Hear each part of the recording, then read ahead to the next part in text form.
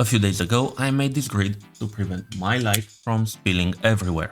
But in that project, I actually learned a lot more about grids, and today I want to explain to you how important the hexagons are. But first, let's talk about grids in general. The ones that you buy come with a label. Mine says 30 degrees, and that means that if I put a light source over here, it will only allow light to create a 30 degrees beam on the other side.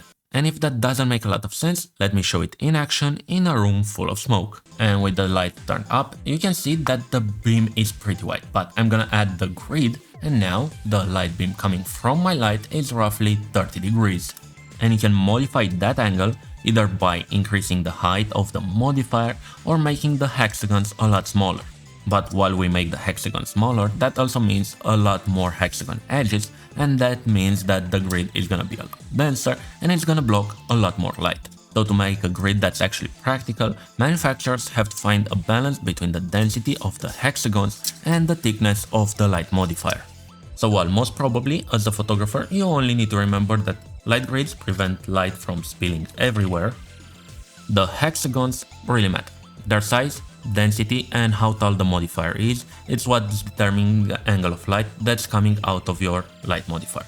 And one more thing, if you enjoyed this type of video, make sure to hit subscribe so you get notified when I post a new one.